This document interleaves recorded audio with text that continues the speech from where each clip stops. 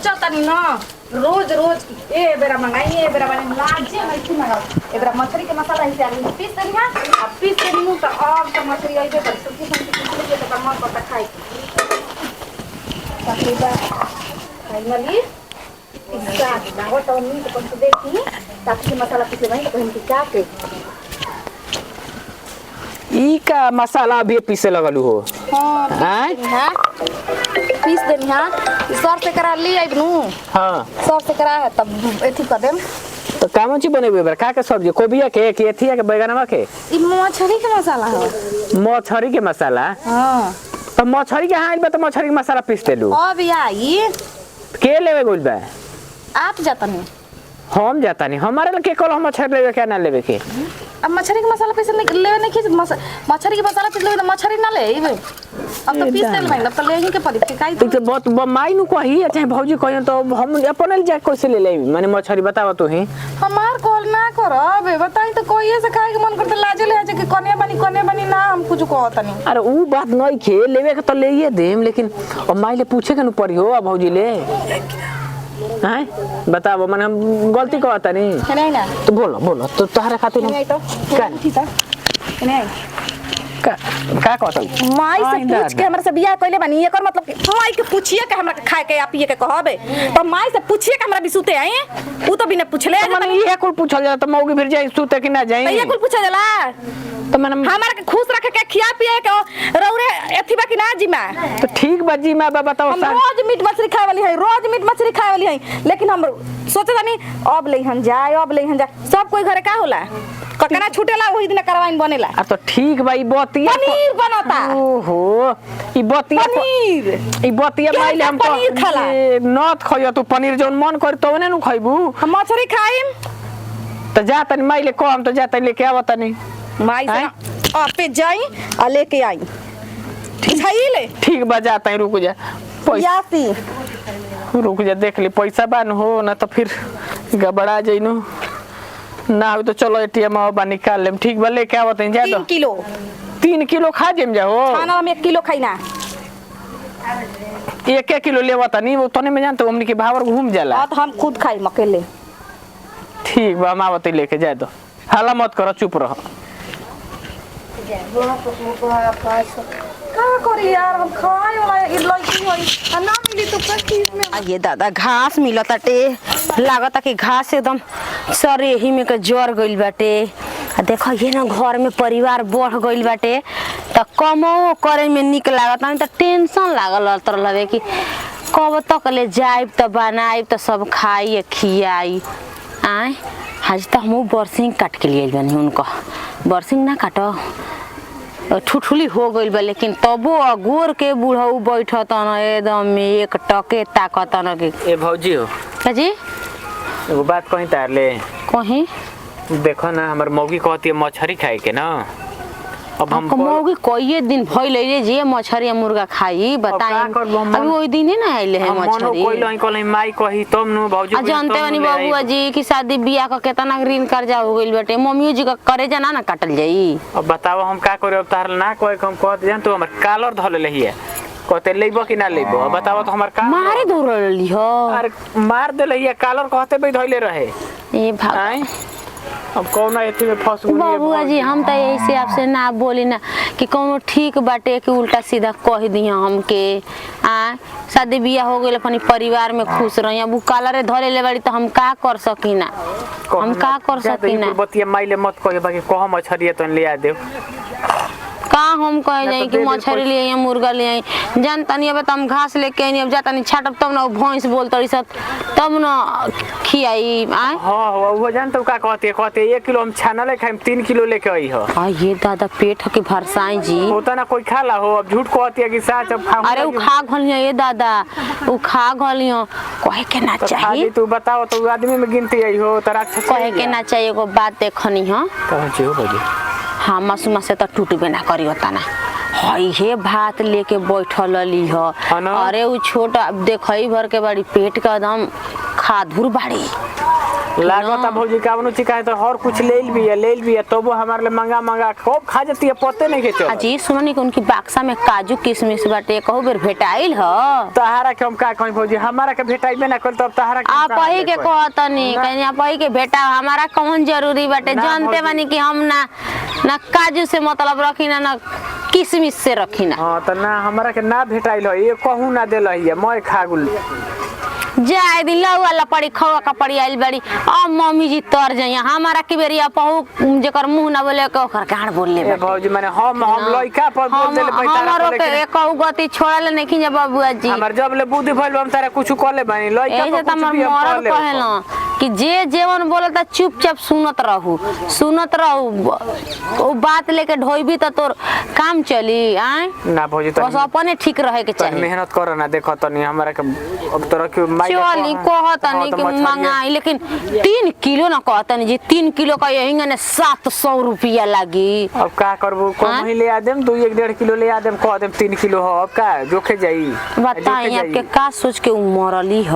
मैं फटाक से धले जे मरद के मार सकता उ दुनिया के मार सकी, केहू के मार सकी, कौनो में अथु नहीं खे। जाय त भौजी पहिले कहिए मत गामे होई ना त बतिए त कह देम तो शिकायत हमार होते तोरो न होई साथे रहते के कह जाता चली हम जाई कहीं बुढ़ऊ के की धारावा छटिया काटी। ई काट देम, हम काट देम, तू छोड़ा ना उतन देखो ना माई के खाली माई ले चली तब उहे वाला बतिया पहिले कहले तनी ओकरी बाद गोर चुआ खइया सही है ना सोचतनी हम काट देते जा तू तो माई ले फिर जा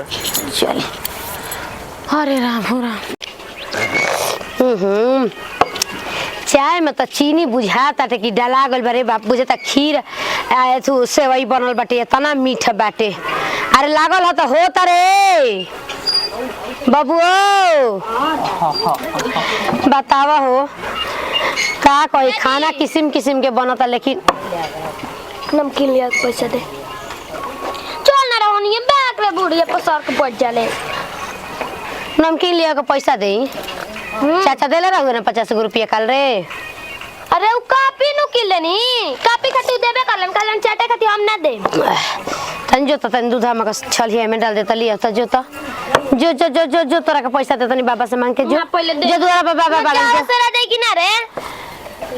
त का होवे से राजे तो कौन कोई इंडक्शन बा, गैस बा, चूल्हा बा, जने पर मन करते ना पर धिकाली हस। ए दादी बोल कनी नु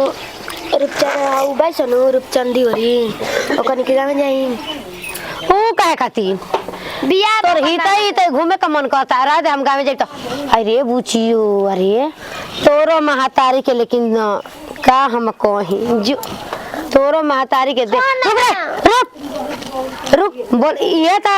रहनिया से बियाइल बड़ी सब मार जाने में यही रहनिया से हमारा उतना बुझाई का नहीं के ना हम तो साफ कर देती पूरा साफ कर देती ना रहती सा ना रेंगती सा। तो चाह में का तो पड़ता रे रुक रे चाहवा में हमारी पड़ता चाहवा के फेरा में बाड़ुआ है करी हाय मांगिया में छे त करतन से करी फेरा में नहीं को है तोर चाहवे हाय पी जाइबू। जी मम्मी जी का हो कहां बनी जी? अरे राम तने में छलिए डाल दिए तने लिया होता घास भूसा नहीं खेम लिया में छलिए डाल दे हम ना पियम रे ए कहतनी कि चोरी बोवा दे तो पौना सुनत रहनी हो कनी कि का होता जी घर ही बानी तो हाजी रे एक मोटरी घास मिलल बाटे। आ देखो तनी का कहला से छोटा के आंखिए पका लगोली भी देखला ये से दादा बाप मम्मी जी हमारा उन्हीं के ना लागला कि तो हमारो नानी के लागेला, लेकिन कहते कि दीरो रख लगा के एगो देखी काम रहल आपसे का बोला ससी बबुआ कहतनी कि उनका मछरी खाए के मन करता तो मंगवा देती। के कर अरे तेरी चाची का आ जाए तो हम तो भाई पहले देखियो का करम हम कैसे कल कले रही लिया के आजी के गोड़ी लिया रे मुर्गा के तना लिया ले रहे जाए दे पापा लिया ना यहाँ तो गुजरात तो के तो उड़ान पुरान बाड़ू संभाला त तोहनी के समझत तो तोहनी के माना कर जी अब ना ना करबो त के ना माना करी का जी हमरो चल ले भी बुचिया जी ता देखते कम रुक लेके आते कतन के 3 किलो मंगले बाड़ी खा का मरी हन का दे त बा 100 ग्राम के आ 3 किलो मछरा मांगत रे हमने कम कि बूढ़ी का मछरी पसंद ना मुर्गा पसंद है ले अब जेवन पसंद हो के जाके बतिया नहीं अब छाली वाला ना पिए चाहे अब हम रोज दूध पिए हम मोटा लड़की हमार हां मोटा का हमारा नियर हो जा मोटा के कि कोनो पसंद ना ना रे ते कैसे होखल बैस रे हाथी लेखा माने कि हीरोइन लेखा मारे करा करे मार हाथी नियर कहतिया पिटैले क्यों खेले बड़ी कला से हाथी नियर रे ऊंचा खाला बोलेलिस ना तोर वीडियो बना के छोड़ देले बा ओसनो कनी के कहीं के कावरी हाथी वाला लगा देले बा ओसन एक मोटा हाथी हां जाई देख हमें मार तनी नती लोग के ना मार तनी के बे मुंह देना जा गरम में पाटे में रुक ना रुक वो देख मोबाइल लगा एगो रोइता रहे पैसा दे दई आ जा बाप रे बाप खाली आसमान बदरी के खाली चाहत बा में बाकी तो सब फेले बाटे चाहे तो बन भले खाना बनावे के लूर सहूर मत हो लेकिन फोटो खिंचावे के कह दो त चश्मा आंखी में से नानी हां सुंदर भी है त बाप रे बाबू जाता ई सबके मिसोरत चलती है चली हम जाता तन धरा दिन छठी हम काट दई चली मछरिया मंगवा दे भेज दो जाके लिया वो कह दो बोला तना सा कह दो त ई कौन बे तू भइले मुड़ा आ पोछी हमारा के चटोर भी है अरे मुड़ा पोछी हमारा के हमारे मुड़िया काट लो आ चूस लो ठीक करता संतर मोटा हाथी वाला लगावता सन गाना तो अच्छा चलो लगा दो वो से तो हमरा के 2 पैसा के आदमी होखे दो बाप रे बाप लागत रहे हो छिलही में ही से सोचत तनी कि चश्मा पहन के आ काटब नु त ना लागी यही से नु मसाला पिसला आगे कितना फायदा होल भले हाथ लहरत त लहरता लेकिन खाए के त मिली नु बाप रे बाप एगो है नतिया के बेटा नु बढ़ा ले बनी हमू फैशनेबल में कि का करी जब काम करे के पड़ता मन करता कि खीसी ने कि काट दी खाई बे बेरा मुड़ा मेहनत से मंगैले बनी हम मेहनत क के खाई हम खाए सधुआई ने ओइ हो दादा मेथी बा सब बाब खुश बाऊ ना बताओ बाऊ कि ना बहुत ज्यादा दिल से बताओ दिमाग से ना बहुत ज्यादा जी हमारे यही तरी बात मानत रही तार सब बात मानो बस तनी हमार जानता हो एगो का कहला एगो का तो कहला न उहे दिहल कर इज्जत तनी सा खाली बस ज्यादा ना ठीक बा समय के साथ सब कुछ ठीक हो जाई देखो हम हर कुछ आदत हो जाई सब चीज के हम हर कुछ करे पर तैयार बानी तेल लगाई देह दबाई बार झारम ना हवाई बस कोई जानो मत माई भौजी जनी है तो समझ जाता शिकायत वाली बात दिया सही बात पढ़ल लिखल हाथ ना बा तब तारा नहीं के बुझात तो बोले बा का कही हम आदत से थी बानी हम जन्नी कोई के हम बोल दिना कुछ खीस में तो ऐसे बढ़िया मानू के हमरा के खीस बराबे मत करे ना बराई हो दादा हम कैसे तारा खीस बराई तू कहता ना हमरा के बुझा था कि धन पूरा ही मिलल बा तो हम कतनो दू हम गारम तारा घटे के बा हो नो तन टमाटर चीर दी तो चीर दे का टमाटर चीर देम जौन कहब तौन कर दे धरी तब चीरी धरी हाल दे बात हमरा कहनी बस तने हमरा के करो ना बना तड़ू अब ई हो कमा चाची ले करवा तड़ू कौन कमा रे हई तू काटा तड़ा चाची ना बनाया वाला चाची के हम काटता नहीं हम पर चाची अभी तक कैसे खुश बा सुबेरा में अभी तक मछड़िया लियावे खातिर हम देखनी सुनो खूब पागल ना रही चप्पल सुना अभी तो छोट बाड़ू ठीक बा बड़ के बारे में ना बोलल जाला बुझाइल नु ना त बड़ आदमी ना हमर मम्मी जॉब से आई कोई जाए के तो किस बार जाए हमरा के काम करेंगे ना आवल जाला चिरी जल्दी चिरी त चूल्हा भी ना ये आगे में चूल्हा पे कहां जाई तो बन जाई तब न मिली अभी मिली बताओ हैं तू ना तो बनावा ए बुची तू जाबरी जा खेला त बेटा जाता तोर खेले के टाइम पे पड़े जाता नहीं कि ना हां त का करत तार मम्मी का करतड़ी पढ़बे मम्मी का करती छत पे से गेहूं बटाती पढ़बे लिखबे ना तो अभी तोर बियाह होइनु तो तुला बढ़िया मिली ना तो कोई बियाह होई तो हम इनका लेखा ना करम जैसे के? करत चाची का करतै रे मन का तो गोली चला दी इनका जाना पर माई के फेंक मारो है कतना जा पर माई के सीना में मारो ना ठीक है ना खींचा जा तो लगी बिया ना बोला चाचा तू ठगा मार दो माई से करा दो सहेलिया कौन चाची भी है मौसी से चाहे माई से करा दो अब से ओकर चाची नु हमने के बोली जानी छोट बिया कहता नहीं कर कुल बुझाता का करतन जी बुची जी आई तारा के ऐसे कहेली ई तारे कर देखो तो तू अपन घर के नु हइस रे उ कनियो के कहेली देख प्रियंका और के ना ज्यादा ई कुल ना कहल जाला कानी हो ये कुल देखो चलत हाली हाली चीरी ना रौरो तो बतिया में लागल बनी चीर देनी और मनबू का हो जल्दी भूजी मसाला में रोशन चला दी हम तो जाता नहीं जल्दी जा ढेर बोला तारे लागम मारे नु समझ जो मैं तोर बनावल निकल जेमू कहतन के लइका बिया रुको जाए दो अभी एकर चल रहन पहले देख लो ओकर बाद हम भाई तारा कुछ बोला बस आपके वजह से चुप बानी हां तो चुप रहो हम सब करब समझा देती बढ़िया से ना ऐसा कुल जल्दी भूजी जल्दी मसाला बनाई मसाला बनाबो खाए एकदम अपन भर पेट पहले ना बुझाइले हां हम खिया दे माई भौजी के का चिंता कइले बाड़ी हमरो के खिया दे काटा निकाल के काट निकाल के ना रुको तब तो कह देलू तो हम सोचते रही खियावे कैसे कहते जानो तो नहीं तो खियावे के पड़बे करी हो गेला ठीक बा चल खाए के तो इतना शौक बाटे कनिया के कौनो चीज ही लेकिन और हवे में तनको टाइम नहीं खे लागो के बड़ ह के छोट हवे ओसे कौनो फर्क नहीं खे पड़त चढ़ देना कहतड़ी कि ए दीदी तनी चूल्हे की बैठिन तो हम पियजिया काट के आवत तनी लागत है कि पियजिया काटला के संगे संगे सूत गइली का ए दादा घरवे में कनिया हां ए कनिया का कहतनी ससी बो अरे पियजिया ले आइबू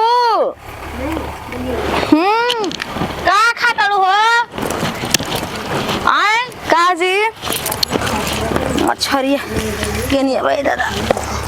मछरिया आंगा में धरी और ये पीछा में भी ले तू स्पॉन्ज ले रही तो सोचनी फिर मछली खाए के बाद स्पॉन्जवा खा ली बड़ा है घरी स्पॉन्ज पर मन आइल बा न जाए दो या शादी भी होला न जानू कनिया तबे मर्द मानुस जाने न सम्माने न फिन त उहे दिनमा काटे के बाटे सब के जनलू हम आइल हनी न कनिया तोहरे भैया स्पॉन्ज लियावा छेना लियावा कुल चीज लियावा देखो तो आई मुड़िया के तरी हो गेल बाजी अब हम ध के गोनिया के ओकरा के पचका देलो से भाई हां अरे उ मुड़िया ढाकले रहल हो न यही से ऐसन भइल बाटे ओ होई घर में ढंग के कुछ ना हो सकेला लगाई जल्दी गोइठावा सड़ दे बनो आप तो लगावते नहीं खी माने चूल्हा भी रोरा के बैठे के कह देनी त रोरा में पानी का डाल देनी है आ ये कोनिया केंगन कहतड़ू एतना दिन से हम ही ना बनावतनी गोइठे लकड़ी पर कैसे बनावत हो हम ही जानत गोइठे लकड़ी पर ना बनावतनी कोनिया एगो बात कहत अब मछली पहले बनी कि भात पहले दोनों में आंच लगाई अरे हाय जल्दी ही हो जाई हो टेंशन का ले तड़ू हम ही जना बनी पीस गिन ले बनी अरे हम खइबे ना करब तू पीस गिना चाहे कुछ हम जानते बड़ू कि हम निकुल का आशिक ना हई हटी तब हम बना दी हटी तो बनाव दो तब डाली जल्दी अरे कनिया कौनो चीज खाना तेल में भूज दे विचार से बनेला जिया के ना बनेला खाना पानी ना ये दादा मेथी उथी डाला लाइट बिना गड़बड़ा गइल बा अरे कनिया मेथी उथी डाललू हो हां डलले बन अबे खाती बेचैन रहलू ना ओई कह रे अबे त मूड बनता तले अबे थी होई अरे ओकरा के राखी मुड़ी ह अरे हम ना खाइबे दादा ऐसन मुड़ा मुड़ी ऊ कैसन लाता तन उठा के देखो अरे आपके देता खड़िया से ढक्कल वाला चिपटा गइल ओए पैटा धो देले रही हमें को जोर से और कौन अब खुश बाड़ू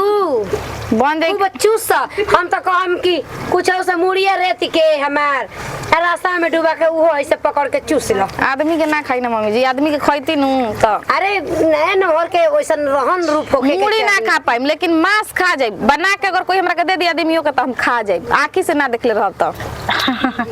कनिया आदमी कहला कि ये जी थीर थापा से कि हमें मछली खाए के मन कर का तो ऑर्डर भइल रहा 3 का हो जल्दी करी ना जी ए बताव तू मछरिए खाती हमर लइका के ता कालर धइल रहल अरे यार त बात मम्मी ना सुन यार अरे कर त यार कहे के आदत बाटे रे प्यार पहले हुई कहीं हां पहले भी बात से रे करे ऐसे ना यार त पक्का छीन तू खेलल खाइल बिया यारी बिया रौरा सब बात काहे नहीं की समझ तू तोरी बात से लागत टे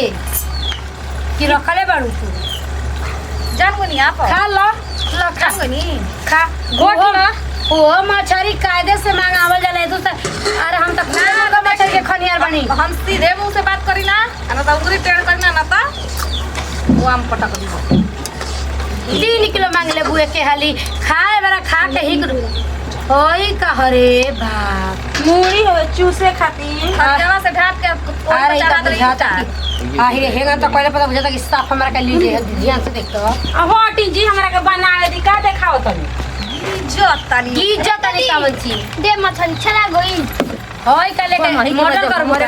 बाप रे खेला नाम लगई दे बड़ी कोनिया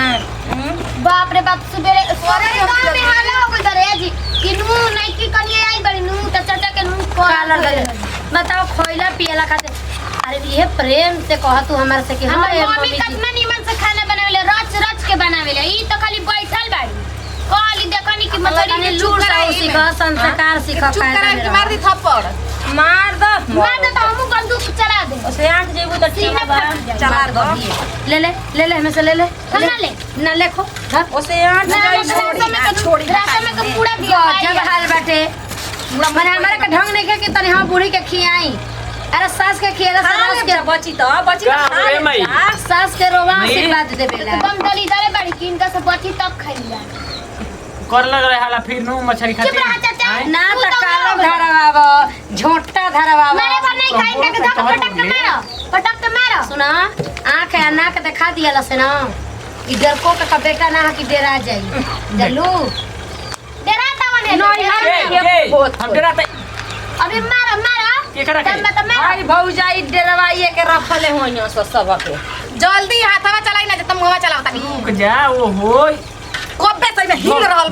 बा होते नहीं मछरी खाती खाइल बाड़ू ना हम त सब बात के कही बात कहब कि कुछ सब मुड़िया हमार रेत इधर रसा में डुबा के मार चबा खा जाई चूस ला हमरा कोई बना के दी त खा जाई सपरी ना काटल लेकिन खाए वाला चीज काट के तू दी कोई त खा ऐसा जाई बात कहलू तो कोई क्या कोई यही तो न कोई मैंने बताओ भाई बुझाता कि हमार सास भइल बिया जब बैठ के हमार बड़की पत्तो के आ खाना बनावती है का एक के तकले बाड़ू